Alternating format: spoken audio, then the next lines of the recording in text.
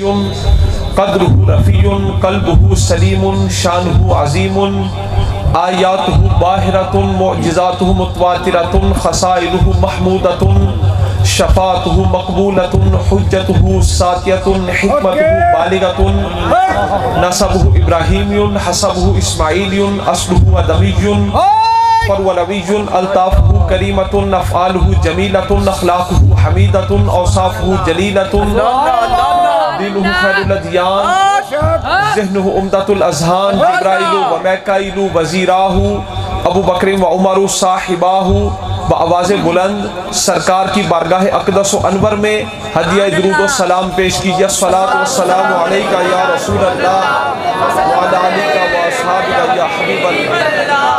السلام والسلام علیک یا رسول اللہ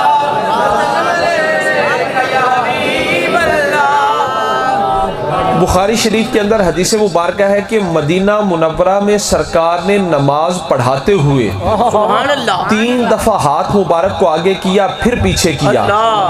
نماز کے بعد صحابہ کرام نے عرض کی یا رسول اللہ یہ ہاتھ مبارک آگے کرنے پھر پیچھے کرنے کی وجہ حکمت کیا تھی؟ سرکار نے فرمایا کہ ہم نے چاہا جنت ہمارے قریب آئی، ہم نے چاہا کہ جنت میں سے کچھ پھل توڑے لیکن نہ توڑے کہ چلو آگے چل کر کھائیں گے۔ میں نے چاہا کہ جنت میں سے کچھ پھل توڑوں لیکن نہ توڑے کہ چلو آگے چل کر کھائیں گے۔ ہمارا ہاتھ جاتا ہے 1.5-2 فٹ تک، پر ہماری نگاہ جاتی ہے کروڑوں میل دور پہلے آسمان تک۔ اس بندے کا ہاتھ جائے 1.5-2 فٹ تک، اس کی نگاہ جاتی ہے کروڑوں میل دور پہلے آسمان تک۔ تو جس آقا کا مبارک ہاتھ 7 آسمانوں سے پار جنت میں چلا جائے ان کی نگاہ کہاں تک ہوگی؟ ہمارے آقا کو اللہ نے یہ طاقت، یہ قدرت، یہ پاور بخشی ہے کہ جو آقا مدینہ پاک میں مصلی مبارک پر کھڑے ہو کر جنت کا پھل توڑ سکتے ہیں، وہ ظاہری وجود کے ساتھ اپنی قبر انور میں رہ کر بھی ہم عاشقوں کی مدد کر سکتے ہیں۔ ہمارے قدم فرش پر ہیں، پر ہمارا خیال، ہمارا تصور عرش تک جا سکتا ہے۔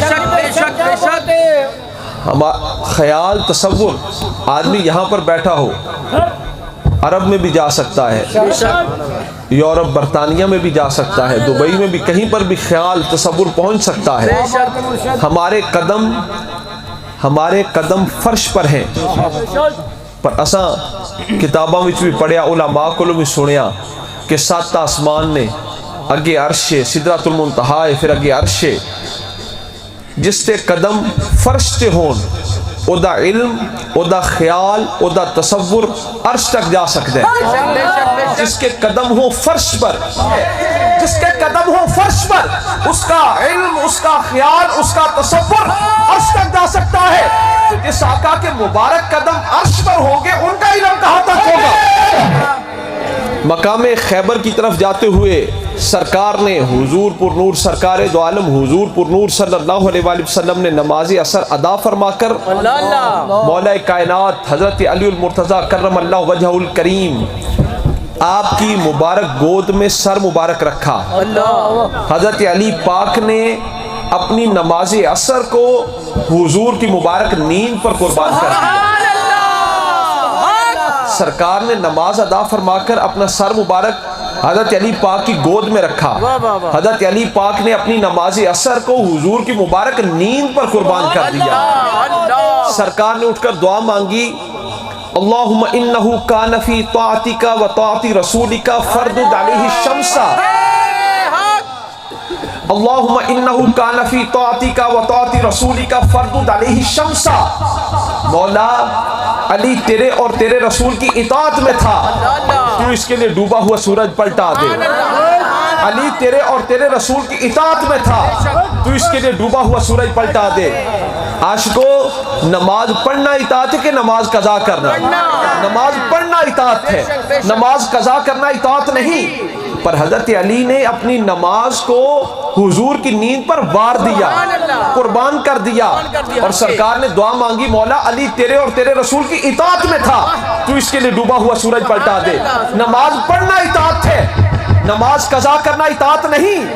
پر حضرت علی نے اپنی نماز حضور کی نیند پر قربان کر دی۔ تو سرکار نے دعا مانگی، مولا علی تیرے اور تیرے رسول کی اطاعت میں تھا، تو اس کے لیے ڈوبا ہوا سورج پلٹا دے۔ عاشقوں گل ہے کہ نماز پڑھنا اطاعت ہے، نہ لاکھو نماز پڑھنا اطاعت ہے، نماز پڑھنا اطاعت ہے، پر اگر کبھی ایسا موقع آ جائے ایک پلڑے میں نماز ہو، ایک پلڑے میں رسول اللہ کا آرام ہو، ایک پلڑے میں نماز ہو، ایک پلڑے میں رسول اللہ کی نیند ہو، تو پھر اتھے نماز پڑھنا اطاعت نہیں، اپنی نماز کو حضور کی نیند میں